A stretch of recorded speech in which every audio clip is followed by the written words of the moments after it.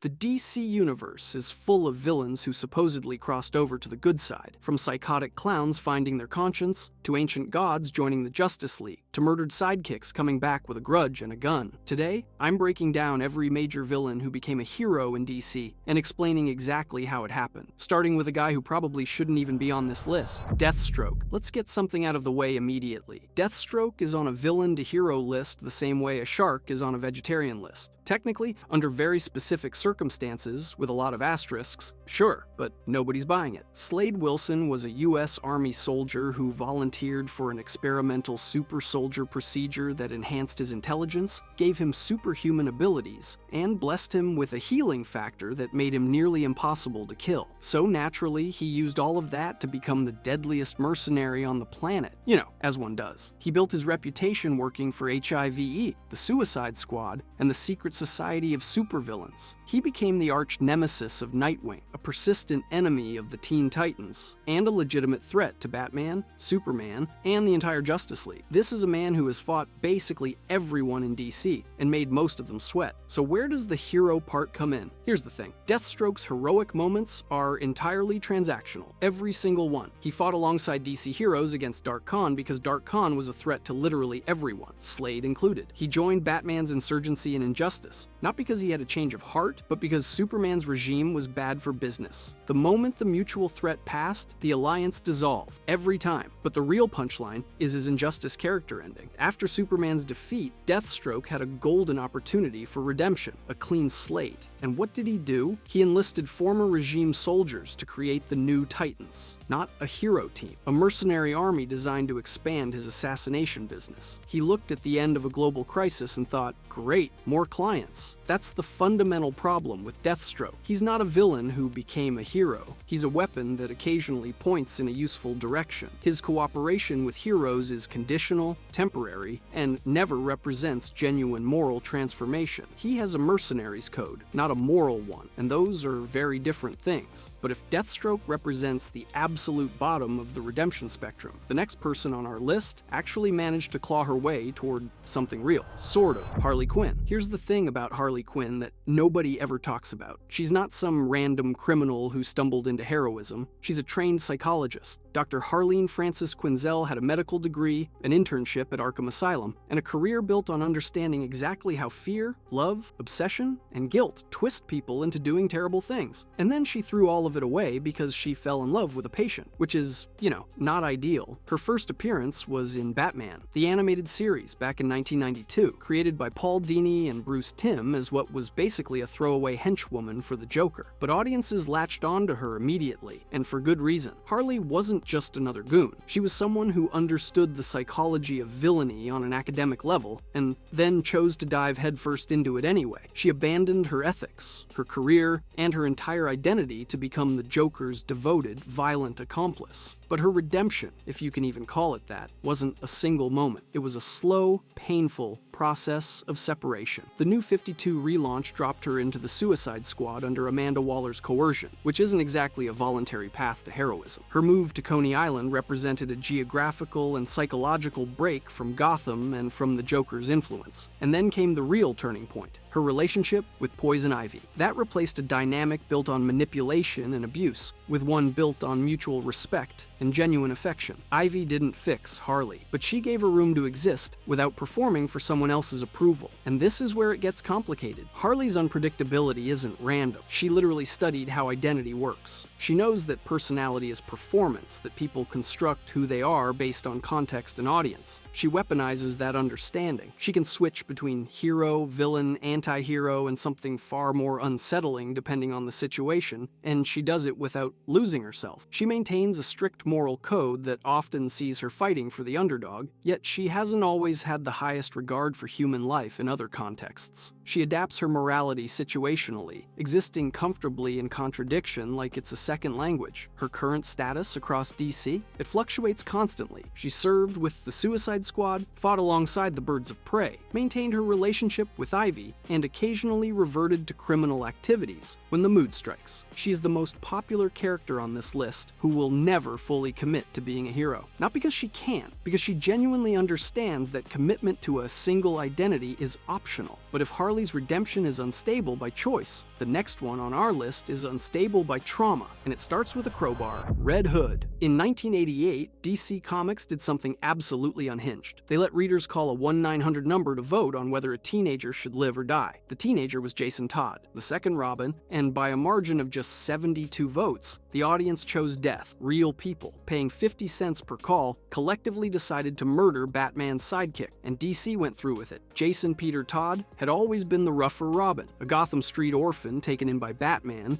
He was angrier, more reckless, and harder to control than Dick Grayson ever was. But he was still a kid, and in A Death in the Family, the Joker beat him half to death with a crowbar, locked him in a warehouse with a bomb, and left him there. Batman arrived too late. Jason died in the rubble, and for years, that was the end of it. But here's where it gets complicated. Jason was eventually resurrected through Ra's al Ghul's Lazarus Pit, a mystical pool capable of bringing back the dead. The problem is, the pit doesn't bring you back right. It heals the body, but fractures the mind, filling the resurrected with uncontrollable rage. Jason came back alive, but the boy who died in that warehouse stayed dead. When Jason learned that Batman had never killed the Joker, never avenged him, something inside him broke permanently. His father figure had let his murderer walk free because of a rule, a philosophy. He adopted the alias Red Hood, the Joker's former criminal identity, and started dispensing lethal justice across Gotham with guns, explosives, and zero interest in Batman's no-kill code. He literally became the Joker's ghost to haunt the man who refused to avenge him. As Red Hood, Jason tried to force Batman into an impossible choice: kill the Joker or lose Jason forever. Batman refused, and that refusal has defined their relationship ever since. It's essentially the story of a son who can never forgive his father, but buried under all that rage is something genuinely heroic. Jason has shown consistent, almost instinctive protectiveness toward children. He rescued a teenage girl being victimized by Professor Pig and took her under his wing, mirroring exactly how Batman once took him in. The orphan who was saved became the man who saves orphans. He just does it with a lot more bullets. That's the tragedy of Red Hood. He is technically fighting criminals. He is technically stopping monsters like the Joker, but his willingness to kill keeps him permanently stuck between hero and anti-hero. He can't go back to being Robin, and he won't fully become Batman. He's trapped in the space between, wearing the name of the man who murdered him. And honestly, compared to Jason's situation, at least some villains got a clean break from their past. Killer Frost didn't get that luxury either, but her problem wasn't rage, it was hunger. Killer Frost. Most villain to hero stories follow one person. Killer Frost follows three completely different people wearing the same name, each one representing a different flavor of villainy, and only the last one actually pulling off something resembling redemption. The original Killer Frost was Crystal Frost, a scientist who locked herself inside a thermofrost chamber and walked out with the ability to absorb heat and project devastating cryogenic energy. She went on a murderous rampage, repeatedly clashing with Firestorm until she made the fatal mistake of absorbing too much of his energy. It killed her. Career over. But her friend Louise Lincoln wasn't ready to let the name die. Louise deliberately took on the Killer Frost identity out of mourning and revenge, blaming Firestorm for Crystal's death, and Louise was arguably worse. Her signature move was freezing blocks of ice around her victims' feet so they couldn't run, then kissing them while she drained every last bit of heat from their bodies. They'd freeze solid mid-kiss, which is, not ideal for the person being kissed. Louise spent years as a straightforward villain with zero interest in redemption. She was cold in every sense of the word and perfectly fine with that arrangement. But Louise's arc isn't the one people remember. The real redemption story belongs to Caitlin Snow. Caitlin was a STAR lab scientist transformed against her will through HIV experimentation. She woke up with the ability to absorb heat and project cold, which sounds manageable until you learn the catch. Her body developed a constant, gnawing psychological hunger for heat, and the most efficient way to satisfy that hunger was absorbing it from living people, which killed them every single time. Here's where it gets complicated. Caitlin's villainy wasn't ideological or revenge-driven. It was biological. Her own body was literally demanding she kill people just to survive. Crystal chose rage. Louise memories, chose revenge. Caitlin was handed a death sentence disguised as superpowers and told to figure it out. Her turning point came when she joined the Justice League of America. Batman believed she could be more than her worst impulses. Being placed alongside actual heroes forced her to find alternative ways to manage her hunger, to channel her abilities toward protection instead of predation. She still carried the Killer Frost name, but the person wearing it was fundamentally different. But the thing that makes Caitlin's story genuinely tragic is that her redemption is never safe. Her weakness isn't kryptonite or magic. It's her own biology screaming at her to absorb heat from the nearest warm body. One bad day, one moment where she can't find an alternative energy source. And she's right back where she started. Not because she wants to be, because her body won't give her a choice. She's a hero who is always exactly one hunger pang away from being a killer again. And she knows it. If you think fighting your own nature is hard, wait until you meet a villain who literally can't hold on to a stable identity at all. Clayface. Here's a character who literally lost his humanity chasing fame, and somehow that's not even the saddest part of his story. Basil Karlo first showed up in Detective Comics number 40 back in June 1940, and his origin is almost painfully simple. He was an actor, a good one, actually. He'd starred in a horror film called Dread Castle, and it was his crowning achievement. Then the studio decided to remake it, without him.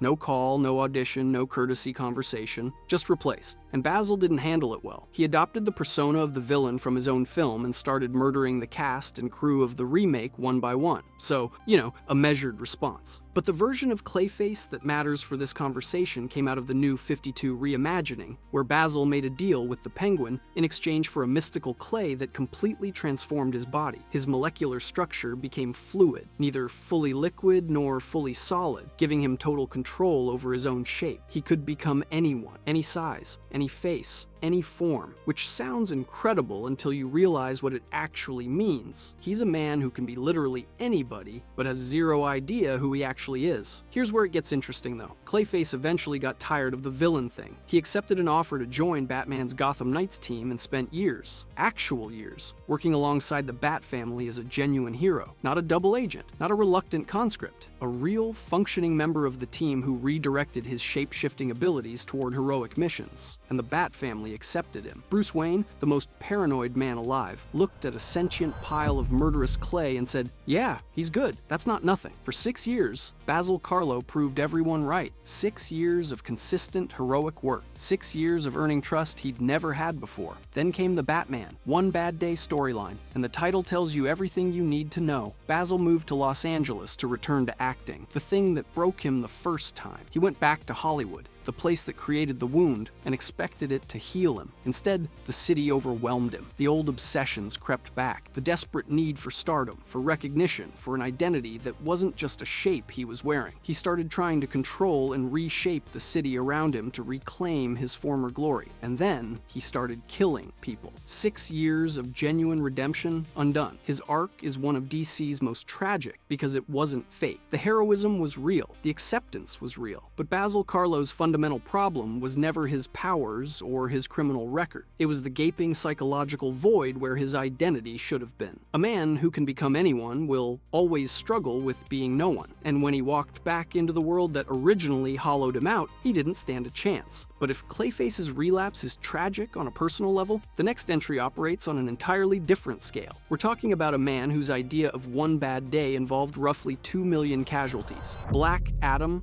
5,000 years. That's how long Black Adam spent drifting through space after being banished to the farthest known star, and he flew back, under his own power, across the entire universe, because he was that angry. Teth Adam was chosen by the wizard Shazam roughly 5,000 years ago as his champion. The wizard picked him because of his presumed bravery and pure heart, which was maybe the worst character assessment in the history of magic. When Teth Adam said the word Shazam, he gained godlike strength, speed, and durability. Then the power corrupted him completely. He overthrew and murdered the pharaoh, declared himself ruler of the world, and became exactly the kind of person you don't want to give unlimited power to. The wizard couldn't take the powers back, so he banished Black Adam to the most distant star known to exist, which is, not ideal. But here's the thing. Black Adam didn't just sit there. He spent 5,000 years flying back to Earth, 5 millennia of nothing but empty space and pure rage. And when he finally arrived, he was tricked into saying Shazam, reverted to his mortal form, aged 5,000 years in a single instant and crumbled to dust. Great. Add that to the list of worst commutes in fiction. Now here's what makes Black Adam genuinely interesting. For roughly 60 years of publication, he was a completely straightforward villain. Zero nuance. Just a powerful bad guy who showed up, fought Captain Marvel, and lost. Then Geoff Johns reimagined the character during his JSA run, and everything changed. Black Adam's brutality now stemmed from something deeply personal. His wife and children had been murdered. His rage wasn't random. It was grief weaponized across millennia. This new context allowed Black Adam to join the Justice Society of America, serving alongside legitimate heroes. He was volatile, dangerous, but trying. And then he found love again with Isis, a woman who genuinely believed he could be better. She convinced him to become more measured, less murderous. For a brief window, it actually worked. Then Isis and Osiris were killed. What followed was one of the most devastating responses to grief in DC history. Black Adam unleashed catastrophic violence on the nation of Bialya, killing approximately 2 million people in a single rampage. 2 million, not soldiers. An entire nation's population wiped out because the one person who made him better was taken from him. And here's where it gets complicated. Despite being responsible for genocide, Black Adam joined the Justice League itself during DC's Infinite Frontier relaunch. He was also the titular anti-hero of the 2022 DCEU film starring Dwayne Johnson. His redemption arc spans from ancient Egypt to the modern Justice League roster, which raises a question DC has never fully answered. How many people can you kill before redemption becomes impossible? Because apparently 2 million isn't the number. Apparently, if you're powerful enough, the heroes will find a seat for you at the table anyway. But if Black Adam's moral complexity operates on a global scale, the next entry keeps things far more personal and far more complicated. Catwoman. Selina Kyle has been around since literally the first issue of Batman. Batman #1, spring 1940. She predates the Joker's second appearance, she predates most of the Rogues Gallery, and she's been stealing things and flirting with Bruce Wayne for over 80 years. And here's the thing about Catwoman that separates her from every other name on this list. She never had a redemption moment. There was no dramatic turning point where she saw the light, no single issue where she renounced crime and swore to fight for justice. She just slowly, over the course of decades, drifted from villain to anti-hero to something that looks a whole lot like a hero if you squint. And that's exactly why her transformation actually stuck. See, when Selina Kyle first showed up as the Cat, she was a jewel thief, pure and simple, skin-tight suit, bullwhip, zero interest in saving the world. She wanted diamonds, she wanted the thrill of the heist, and she wanted to make Batman's life difficult in ways he clearly enjoyed. But even back then, she was different from the rest of Batman's enemies. She wasn't trying to poison Gotham's water supply. She wasn't building death traps or holding the city hostage. She just wanted to rob it, and that distinction matters more than people realize. Catwoman developed a moral code early on that prevented unnecessary harm to innocents. She had zero interest in destabilizing Gotham or hurting civilians. She was a criminal, sure, but she was a criminal with boundaries, which in Batman's world basically makes you a saint. The real gravitational pull was always Batman himself. Their relationship started as flirtation, evolved into genuine romantic tension, and eventually became something neither of them could walk away from. But the significant turning point came in 2002 with the Hush storyline. That's when DC started consistently depicting Catwoman as an anti-hero and one of Batman's closest allies. The romance moved beyond playful rooftop chases into actual emotional connection, the kind where two people trust each other with things they'd never tell anyone else. And that relationship became the stabilizing force in her orbit. Batman gave her a reason to stay on the right side of the line, not because he demanded it, but because she genuinely wanted to be there. Which is,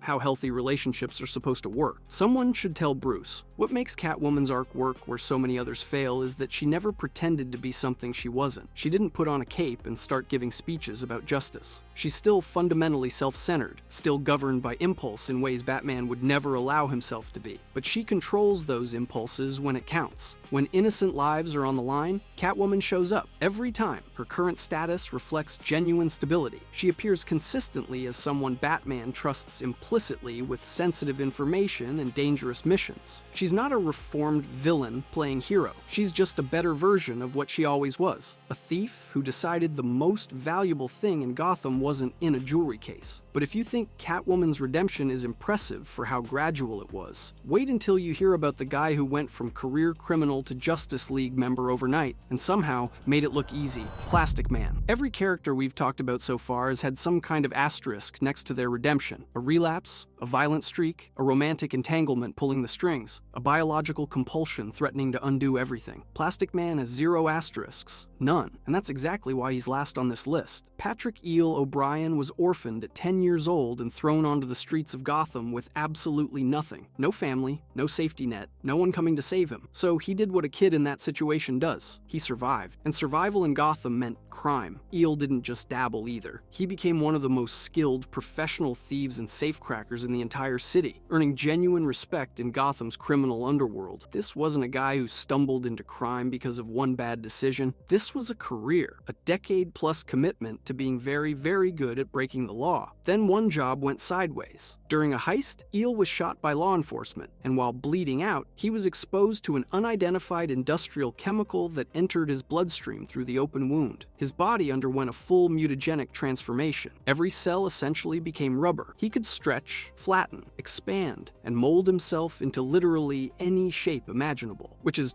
not the typical Tuesday evening. But here's where Eel O'Brien separates himself from every single character we've covered today. Nobody made him become a hero. There was no Amanda Waller holding a bomb in his neck. No Batman extending a reluctant olive branch. No romantic partner whispering you could be better over candlelight. No ancient wizard. No government program. Eel just looked at his new abilities, looked at his old life, and made a decision. He put on a red and yellow rubber costume and started capturing criminals as Plastic Man, one choice, 0 external pressure. And unlike basically everyone else on this list, he never looked back. Not once, not even a little. Plastic Man went on to serve in the Justice League, standing shoulder to shoulder with Superman, Batman, and Wonder Woman. He appeared in the All-Star Squadron during the 1980s as the group's FBI liaison, which is a wild sentence to write about a former safecracker. Across decades of stories and multiple continuity reboots, Eel maintained unwavering heroic commitment, 0 desire to return to crime, 0 morally ambiguous vigilante phases, 0 dramatic relapses requiring a 6-issue redemption arc to fix. He just kept being a hero, every day. Here's the thing people miss about Plastic Man, though. Everyone focuses on the stretchy powers and the goofy personality, and yeah, he's funny. Genuinely one of the funniest characters in DC Comics. But that humor masks something most people don't expect. Eel O'Brien is smart, dangerously intelligent. He's a lateral thinker who approaches problems from angles that more traditionally brilliant heroes completely miss. And because he spent years embedded in Gotham's criminal underworld, he maintains thorough insight into criminal psychology that makes him an incredibly effective detective. Batman has deductive genius. Plastic Man has lived experience. Both get results. So after 7 characters with complicated redemptions, conditional heroism, biological compulsions, violent relapses, and moral gray areas the size of continents, Plastic Man stands as proof of something simple. The most permanent redemptions don't come from external force. They come from a person deciding, on their own, with nobody watching and nothing to gain, that they want to be better. Eel O'Brien was a criminal. Then he wasn't, and he never went back. That's the most complete redemption in DC Comics. No asterisk required. If you enjoyed this video and want to see more, click the video on the screen now.